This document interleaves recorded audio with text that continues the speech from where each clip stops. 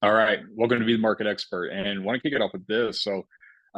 Kim Heron sent this over to me this morning, and it's definitely interesting, right? We're looking at this thing, and I don't believe that we're still in an environment where people are talking about the crash. Yet, you're still going to deal with some of those crazies. They're out there. Those crazies are definitely out there.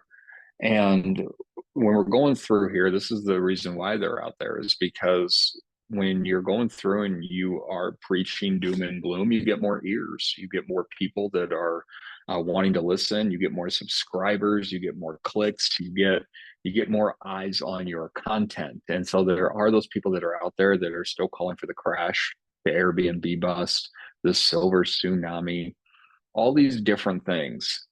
And again, I said it once, I'm saying it again, like if you're a newer agent, your homework is to go out there and to watch The Big Short. Like if you have Netflix, you need to dedicate 2 hours, call it homework, do it, whatever, but watch The Big Short.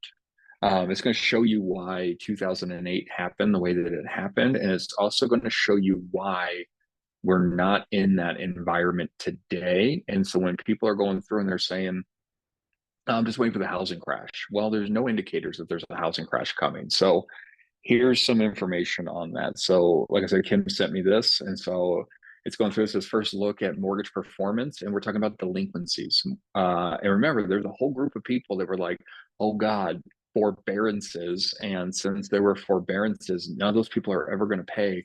They're never going to be able to get caught back up. And we are going to just see this landfall of houses just go back on the market as in a foreclosure status. So if we look at this, it says the national delinquency rate fell 3 basis points to 3.34% in August. Again, those are low. That is super low. So we're talking out of 100%, right? We're talking 100% because let's put this into perspective. 100% is a whole. Only 3.34% of every home in the United States that has a mortgage has a delinquency attached to it. Those are super small numbers. And when we're talking about that, that really just means that they have fallen behind on what, one payment, maybe two payments. This isn't saying that these people are being foreclosed on, because in the grand scheme of things, this is what I want you to also think about. Who's underwater right now? Like what type of borrower? And this is really for my newer agents out there, right? When we're going through, I want you to really think about like what type of borrower is underwater on their home, right? Where they owe more money than what their home is worth. And those people, maybe you're 22, you're end of 2022 buyer, maybe your 2023 buyer and your 2024 buyer if they were looking to sell right now, right? Because they've gone through, if they were to sell the house, they don't have enough equity in the home at this point to where if they had to sell it, there was realtor fees, there was closing costs, that there wouldn't be enough of a spread, enough equity in their home to be able to cover all those costs. And I did lump 2022 in there only because, well, I think there's been enough time in between. I think a lot of those people were still riding the coattails of putting dollars over asking, and to where they overpaid for some houses back then. I don't think people are overpaying for houses right now, but in 2022 they absolutely did. So those people. So when we're looking at this thing and we're talking about the delinquency, and it's saying the number of borrowers a single payment past due dropped by 26,000 while 60-day delinquencies rose marginally. So again, here we are. We're really just talking about someone that is 1 to 2 months behind. Again, there's no foreclosures because, again, a foreclosure, this is what a foreclosure looks like. Foreclosure looks like it's not worth me selling my house and actually paying the bank off because I don't have any equity in my home. Most people have equity in their home, right? When we're going through and we're having these conversations, again, 2024, there's no equity in the home. 2023, most likely there's no equity in the home unless you got a great deal. 2022, maybe the end of the year, there's no equity in the home again because I think you were overpaying for houses, plus with mortgage rates and everything. So really, we have 3 years worth of a demographic of people that may be underwater on their home. So we're not going to see foreclosures. The rest of the population has huge amounts of equity. We looked at this graph last week, right? Where the nation average right now is 5%. We know historically speaking, we see 4% appreciation year over year over year. So we have to calculate that in, right? So we see that someone has gone and bought a house 10 years ago. Well, it's compounding equity every year, 4%, 4%, 4%, 4%. That person's not getting foreclosed on, right? That person, there's no world where they let the bank take the home from them because they have so much money in the home that they're going to sell their house. They're not going to take the risk to their credit to where they let the bank take their home and then the bank will dole out any money after all the expenses are paid of what is left over. Is this kind of resonating to, like, as we're looking at this thing and we're actually seeing that the delinquency rate is actually going down and it is the lowest year over year, right, that we've seen. And while it has increased a little bit, it's still historically low numbers to where we never see 2008 based on this data. Does that kind of resonate with everyone? Do we see that? I see some nods, I see some stares. Perfect.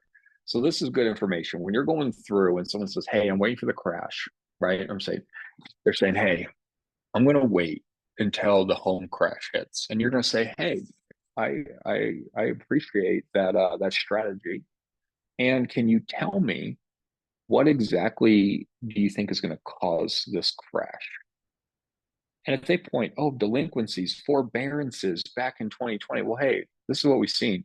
It's gone up a little bit year over year, yet it's still some of the lowest delinquencies rates we've ever seen as a nation. We're talking less than 4%, right? So these are the kind of conversations that we need to be having. Also, guys, this should be top of mind right now.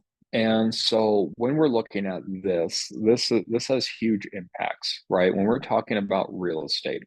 If you were on Coffee Talk yesterday, this is what I want you to think of just from a you live in the area perspective. Firstly, people lost their houses. Not only did they lose their houses, but you have to think, what do we sell? Well, we sell houses. So all the inventory from a lot of these areas is completely wiped off the map now. I mean, if you guys have looked at anything on Fox News, CNN, Twitter, YouTube, you name it, there's a lot of devastation going on through here. And so when we're looking at this thing, it was a category 4 storm, 140-mile-an-hour wind. And so it went through and it said Georgia, South Carolina, going through, and these gusts, it had a huge impact, right? There was huge impact on what happened in these Carolina regions. So if we're going through and we're looking at this thing, here is something that's going to have a bigger impact, right? It says the storm comes at a time when Florida homeowners are already dealing with rising insurance premiums and even the potential loss of coverage as insurance face heavy financial losses and closures. Here's the thing. When something like this happens, it has a national effect on all of us, right? These are nationwide carriers.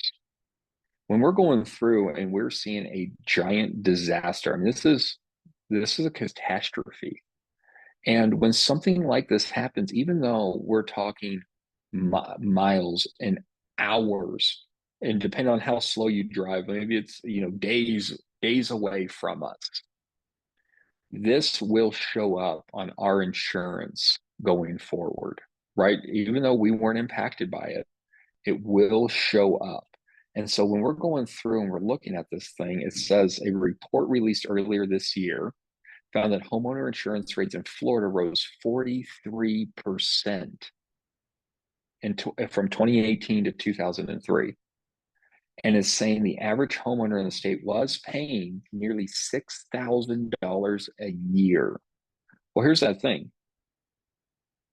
These insurance companies, they're going to go through, and yes, there's going to be deductibles, and depending on what happens, they're either going to pay out or they're going to rebuild, right? There's different options depending on what's going on.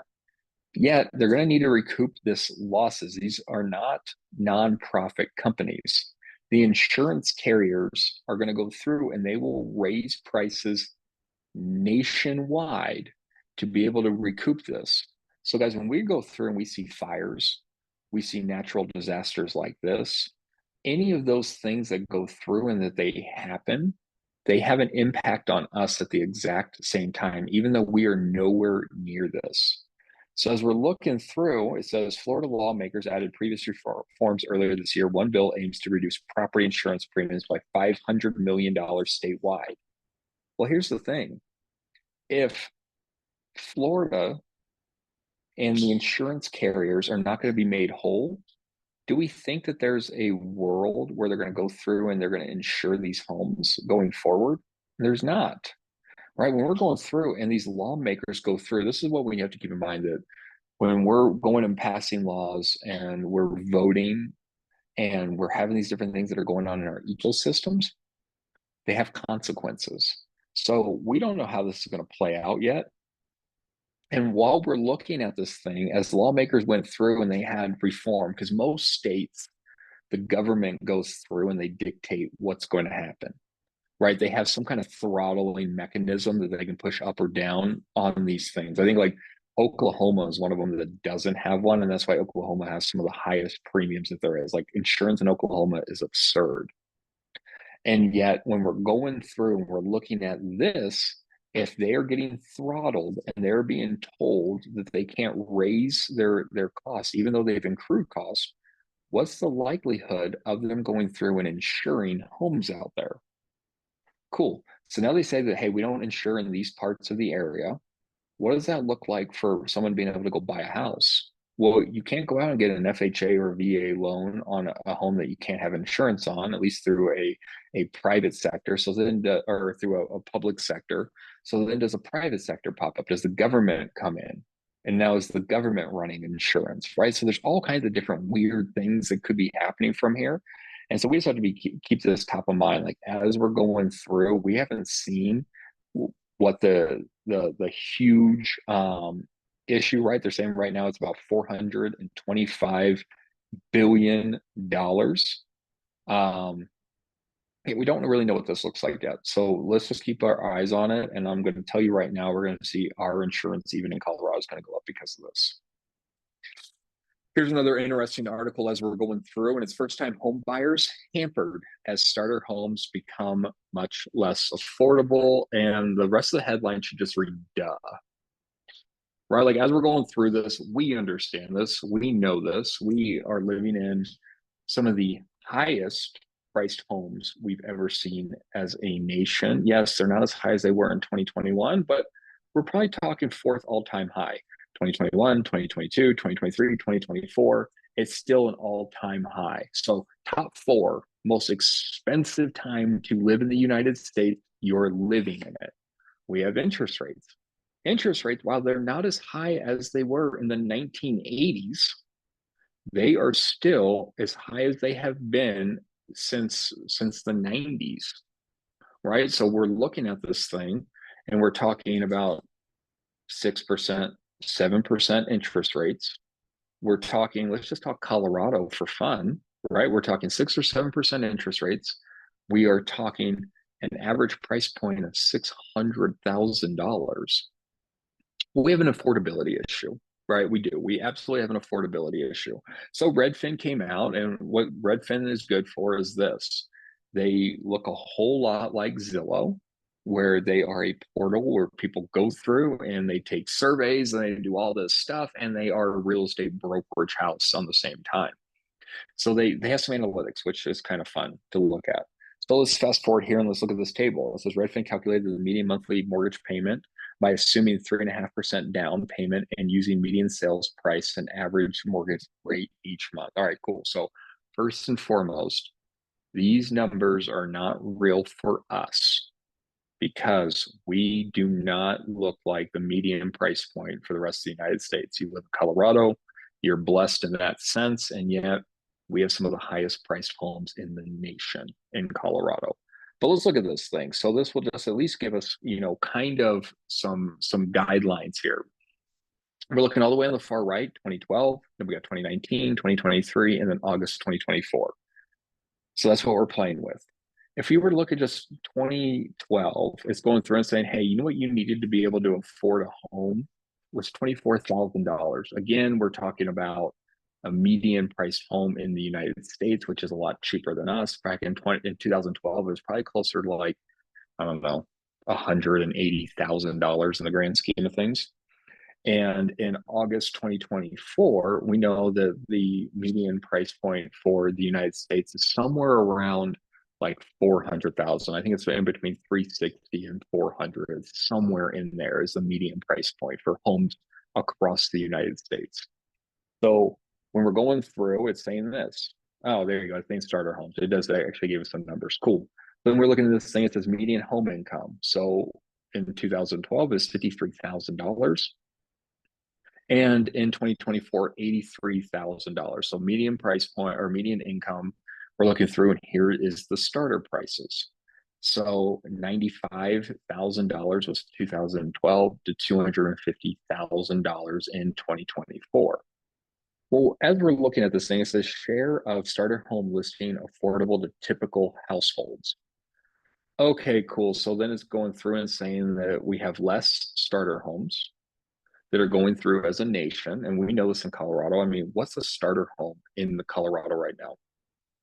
500, 550, closer to 600,000, right? Depending on what area that we're looking in, our starter home, I would say that our numbers probably skewed a little bit more downward here. And then when it goes through, it's a share of income typical household would need to spend to buy a medium price starter home. This is where it actually gets really interesting because these numbers, I can tell you what Colorado is. Colorado's 43%, at least in like Jeffco, like Jefferson County, 43% of your income is actually used to going to housing right now. So these numbers are a little bit skewed, especially when we're talking about a $250,000 price point. Because if we were to look at this thing, it says median home income. I'd say ours is probably a little bit higher. We do have a lot of dual income households right now, and we just have to figure that someone's probably making closer to 100,000, and someone in that house is probably making closer to like 60 to 80, somewhere in there. So we're talking 160 to $180,000 is the median income right now because of dual income families. But yeah, it's still 43%. So these numbers are pretty eye-opening as we're going through here. Even just this, like even if we said this is the real number, all right, let's just pretend that Colorado looks like the rest of the nation, which it doesn't. So we know this is skewed even more. When we're going through here, this is really just showing how much more our homes have been unaffordable, right? We have an affordability issue in the United States right now. So as we're going through, and this is what we're seeing home prices are kind of staying flat. They're not going down though. There's no world where they're going down. We are seeing interest rates go down. This is jobs week, so we'll kind of see what happens here. But there could be, if there's a significant issue with jobs, we could see interest rates go down a little bit quicker. And yet, this is where it gets kind of neat. We need to be able to understand what the interest rates are sitting at and what lender incentives that we have going on to be able to make housing more affordable for our people. And these are the conversations we need to be able to kind of go out and do. So kind of an interesting graph that we're looking at this thing. We can actually see in the last 12 years, it has become way less affordable to be able to purchase a house, which we understand, but here are just the numbers as we're kind of looking at this. But let's go in and let's have some more fun. Housing demand firming up with lower mortgage rates. Cool, right? This is where we're at. This is where we're living right now. We're going through, we have mortgage rates that are the lowest they have been in 2 years. That's the message that we need to be delivering. The mortgage rates are less today than they were 2 years ago.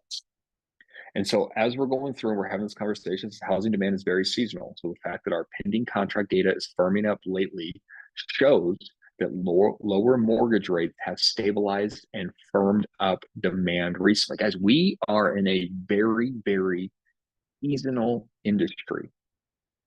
Real estate agents go to sleep as jack-o'-lanterns and they wake up as Easter bunnies, right? Like that is historically what happens. And so as we're going through and we're doing these different things, we're having these different conversations, mortgage rates broke seasonality. Yes, there's still seasonality. Yet I don't think it is dependent on the weather as much as it used to be because of the affordability issue that we've had and so much pent up demand over the last 2 years. People want to go out and buy houses. They haven't been able to afford them. And so now with interest rates coming down, we need to be making sure that we're having these conversations because there are people that are willing to move on Christmas. There are people that are willing to move on New Year's if you were able to actually be able to secure a loan and actually go find a title company to be able to do all that stuff. Yet, here's the thing, it's going to come down to the price of money. That is the environment that we are living in right now. How much does money cost? What's my monthly payment going to be? Am I comfortable spending X amount of dollars per month on my house? That's where everyone is. It says it will likely take mortgage rates to go under 6% and stay there for an extended period to get real sustained demand growth from the record low sales. Guys, you have been living as real estate agents in a recession. You have been in a real estate recession, which all that means is this. We haven't seen any home sales growth, right? Like all boils down to when we talk about a housing recession, that means that the numbers are at all-time lows and they're not going up. Where we know that historically speaking, we don't talk about a housing recession. A recession is a recession, right? We see job losses, then we see housing going down, we see the cost of money, right? We see all this start freezing up. Here's the thing, there's people out there that are predicting that we do go into a recession. And this is where I want to make sure that everyone on this call understands this. If the nation goes into a recession, I'm talking people are losing their jobs, there's no economic growth, that's not the end of the world for our industry by any extent to the imagination. You've already been living through this since 2022. We have been in a world where what has been happening is there has been no growth in the real estate sector. Now, what I'm saying though is this: we don't want to wish a recession on anybody. Recessions are bad. Recessions mean people are losing their jobs. Super un-American. We're not going to go through and root for anybody to lose their job yet. Here's the thing. When it comes to the cost of money, we are selling the highest price tag item that most Americans purchase. All right. You live in Colorado. Our price point's around $600,000. How many people are really going out and buying things for $600,000 outside their car? And people don't have that kind of money, so they have to go borrow money. Here's the thing: we go into a recession. What happens? We go into a recession, and the cost of money gets cheaper. It costs less money to borrow money. Also, what we have to keep in mind is this: depending on the reason why we go into a recession. And so if it's just for the normal reasons, so what we're seeing right now is that the Fed has kept the rate of funds super tight to borrow money. And so that's why like we're seeing people lose their jobs and stuff like that. That's a pretty normal recession. And then we have to think about like who are the people that are really losing their jobs? Where are they? Well, they're going to be in the entertainment sectors. They're going to be in customer service. They're going to be in a lot of lower paying fields. And so when we're thinking about the demographic of people that are purchasing houses, that sector is not really the sector that is typically purchasing homes. So then we have to keep in mind, like, awesome. So now that we have lower interest rates, who are the people that are going out and buying houses when there's a bunch of people that are losing their jobs? Real estate doesn't stop. We actually would probably see a bump. We would actually probably see our businesses go up if we went into a recession where interest rates went down, even though people were losing their jobs. So again, we're not hoping for this. We don't want this yet. I do want everyone to be very well aware that with recession talks and the potential of this happening and the things that you might be hearing on the news right now, it's actually not a bad thing for our industry. Again, we don't want it to happen because we don't want to be cheering for anyone to lose their jobs because that's stressful. And we don't want that for anyone's world. Yet our industry, it's actually not really a bad thing. So as far as sales, it is a bad thing. So when we're looking at this thing, we're talking about just weekly pending sales. We can see this. We're right in between, right? We're looking at this thing, and our pending sales is in between 2023 and 2022, and so it's not a bad thing. So check this out. We're actually going up though. It's not flattening out. You can see all these other years, it's flattened out and then gone down. We're actually going up. Pending sales are going up in a seasonal industry. Let's shake the seasonality thing, guys. This is the thing. We are in a market right now that is dictated by the cost of money. We're going to go through and we're going to look at purchase application data. Guys, this is also good news. Check this out. It's going up. Every other time this year, it goes down. Again, we are living in a time right now where decisions are made based off of the cost of money. The cost of money is going down. We deal in the largest price tag item that most Americans make in their lifetime, and it's actually getting cheaper to borrow money right now. And so we're going to see more people wake up. Again, historically speaking, super seasonal, but look at this. Both these numbers, they're going up. Pending sales going up. People raising their hands, talking to lenders, it's going up. Every other time in the last 2 years, it's gone down. And we go through, we look a little bit more. We're not going to talk about the 10-year treasury. We're not going to talk about mortgage spreads. We just know that there is a correlation. But housing inventory, 37% more homes on the market now than there was in 2023. Now, again, 2018 through 2019, these are where we're aiming for. We have to keep in mind that 2020 broke a lot of things. It broke people, it broke a lot. And so when we're looking at this, 2019 data is what we consider a normal market. 2019 and before, that is a normal market. 2020, COVID. 2021, low interest rates. 2023, the interest rates skyrocketed. Or 2022, I'm sorry, the interest rates skyrocketed as quick as they did. 2023, they hovered at a very high dollar amount for a very long time for that percentage. 2024, it's getting a little bit weird. We're actually seeing it go down. We haven't had a normal market. Every market that we've had since 2020 has had something that has made it weird. So when we're looking at this thing, we need these numbers to get up here. Because here's the thing, with the inventory getting better, that means that we get into more of a balanced market. And we see more people coming to the table negotiating, and it's a win for everybody. We don't want 2021 all over again. I know it was fun to be on the list side and get like 100 offers. That wasn't fun either, because then you were having to navigate all of it. Your phone is ringing all the time. And I know you guys are thinking, well, at least you were making money in 2021. It's still, most sellers become buyers, and then you were on the buy side of it, which was zero fun to be on the buy side of it. So we want a balanced market where the people are coming, we're having a meeting of minds, we're collaborating, and we're getting business done. So this number going up, again, inventory going up, where we see, historically speaking, it tanks off right here, right? We don't typically see a big spike. So with this number going up, super solid, and it's higher than it was over the last 4 years. We want to see this. So your new listing data, here it is, just your visual representation again. Guys, this is good. This is what we want to see, more homes hitting the market, because keep in mind this as well. 2019 is our gold standard, if you will, for now. It's a more normal market. We have more population, right? We have people coming of age. We have people right sizing.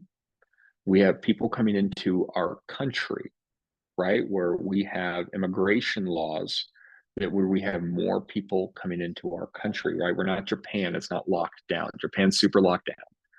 This in the United States, we have people migrating in, we have people coming of age, we have people doing moving and stuff.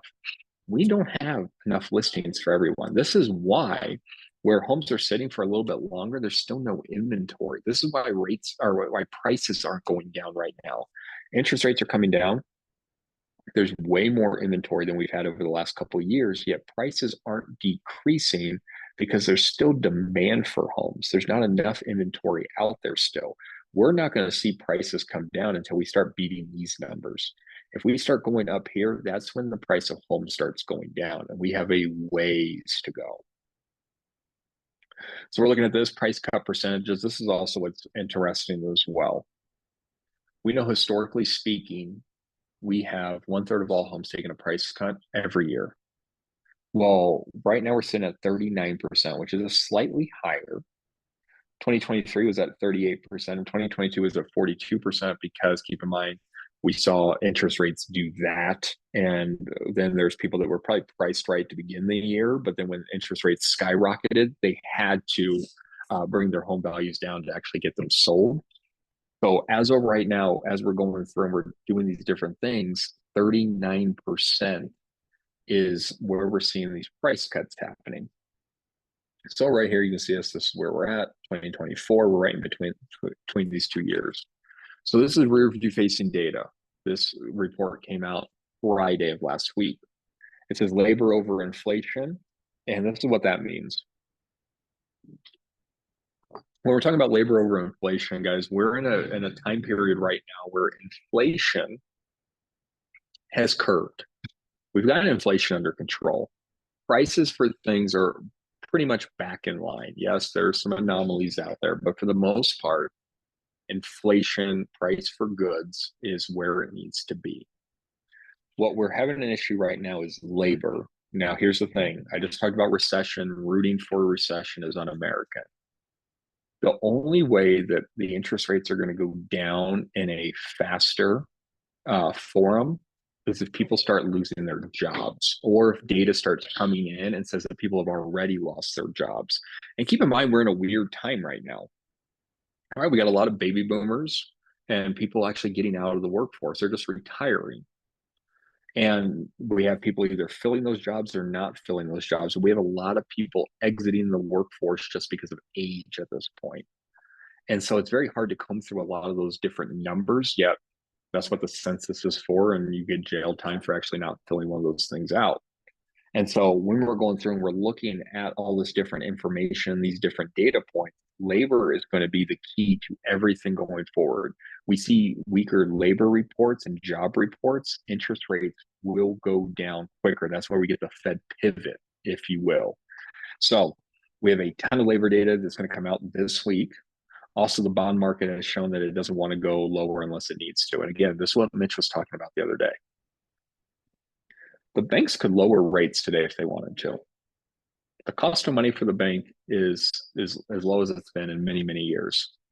Yet, if they do that, this is to Mitch's point, where people went out and bought a house a month ago, there or whatever, and those interest rates are where they were, the banks are going to lose money, right, for refi purposes. So the banks are going to keep them as inflated, and they're going to just keep it slowly trickling down over time to protect themselves, which again, we can't fault them for that, right? Like when we're going through, we live in a capitalist society.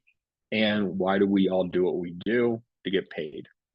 So we're not going to beat them up over that. So again, the presidents will be talking this week. And so if they're going through and they discover, again, if they discover that we actually have less jobs than they thought we did, we're going to see interest rates go down. And here you go. Here's just your interest rates. This is up until yesterday. So as we're going through, guys, here it is. 3 months. It's a slide down. Let's actually get rid of this jumbo's turned off. Why is it still showing? There it goes. Here's your conforming. This is your 30-year conforming. Here's your FHA, guys. Here it is. When we're talking about 2 years, check this out. While it did ebb and flow a little bit, guys, there's just these little bumps, and we are going down further and further. Here's 1 year.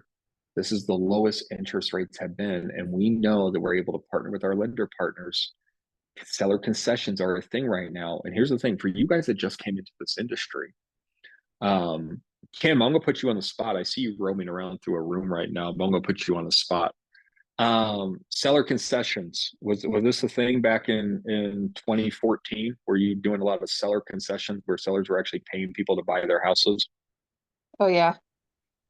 Yep, you were seeing this. What else? What else were we seeing in 2014? Like, or even just through there? Like, what were the mechanics that we were negotiating in contracts back then? Oh, you're putting me on the spot, Charles. I know I said, what are you 2014. doing? You have something going on in your world right now, and it's going to disrupt it. I felt it. I'm trying to get out of my house to get down there for the tax class. No, Um, rock and roll. I don't know. I Here feel you like go. 2014 though, the market was coming back from everything that was, 2008, 2012 through that area. Yep. So then fast forward, let's talk about 2018. So pre-pandemic, what did 2018 look like? When you were going to go show a house, how many cars were on that road on that house in 2018? Oh, I still think that there was action happening then. I mean, it was still busy. It was a normal market. It was a seller's Yeah. market before it Yeah. got crazy through the pandemic. Yeah. I would say that even 2017, 2018 was pretty busy. I remember that's when I was doing, fix and flips and coming into the market. And I remember actually just walking through and I remember like lines of cars down some of these streets. And I also remember we didn't have a mechanism in place where we were, holding the open house. And what you would literally walk into a home and you would have to know right then and there if you're going to put the offer in. Absolutely. It was a weird time. So my point to all that everyone was this. I don't know how much longer we're going to actually see seller concessions just being blanketed on these offers and for it just be like part of business as usual. So when we're going through and we have the ability to actually get people lower interest rate with these concessions, plus the interest rate where they are right now, you have the ability to get people in these fives and fours with seller concessions just being a part of everyday practice. We need to be able to understand that, be able to have the conversations, be able to know these different things and know at any times this could change. So then what we also have is this when we're looking into our VADA, here's just Altos data. Here's your real time live data going in here. And so your information that we're looking at, right? Your median list price, $760,000, right? We have $760,000 here. And for your new listing, 785. What's interesting is this average days on market is still rising. And what the issue with that is this these are overpriced homes, right? We just talked about the nation. With the nation, we're sitting at what, 40? Where did it go? 40 something percent. There you go. 39% is where the nation is. If we're looking in Arvada specifically, we can actually see that 62%. So this is the important conversation that we need to be having with people. When we're sitting down at the dining room table with the sellers, we need to figure out what the motivation is. Why are you why did you call me? Why are we sitting down talking about selling your home right now to figure out what their timeline is and when they need to be in their new place? Because here's the thing 70 days on market versus 42 is huge. We're talking this is a mortgage payment. This who knows what's happening to interest rates during this time. All kinds of stuff could be fluctuating. So this information is stuff that we need to be taking to our listing appointments. You guys all have access to Altos data. I would say you need to be putting in the zip code or even the city and actually bringing this to your listing appointments with you to be able to show this information. Relisted homes are up to 8% right now. That means they are falling out during the inspection process, during the appraisal, during something. Buyers are not willing to take over houses right now with the rates at being what they're at if things don't look like they're getting a win out of the deal. This isn't 2021. I'd say your biggest thing that we really don't care about is your price increases. This only thing this is showing me right here when I'm seeing this little bit of a tick up is really that builders aren't building as many homes anymore. They're not going through and they aren't doing phase two, phase three of these new builds. So we have less new builds coming to the market. We do have more inventory as far as resales go. So the biggest thing that we need to be doing is making sure that we're pricing these homes right, because I don't think anyone's in a position where they're looking to lose their home, right? The reason why we're not seeing home prices go down is because of this right here. No one is at jeopardy of losing their home to their bank. So people have the ability to sit on their house, wait a little bit longer to see what happens. And that's why they're willing to take these price cuts, because they're not at fault and they're not at risk of losing their house to the bank. So that's why we're seeing this 62% right here, which is astronomical and crazy. And these homes are sitting on the market for 70 plus days at this point. So we just need to be that real estate economist of choice, having the conversation, figuring out what the motivations are, and being able to show them what the path is to be able to get their home sold for a reasonable price, and not look at what 2020 looked like for Zillow, because those days are gone.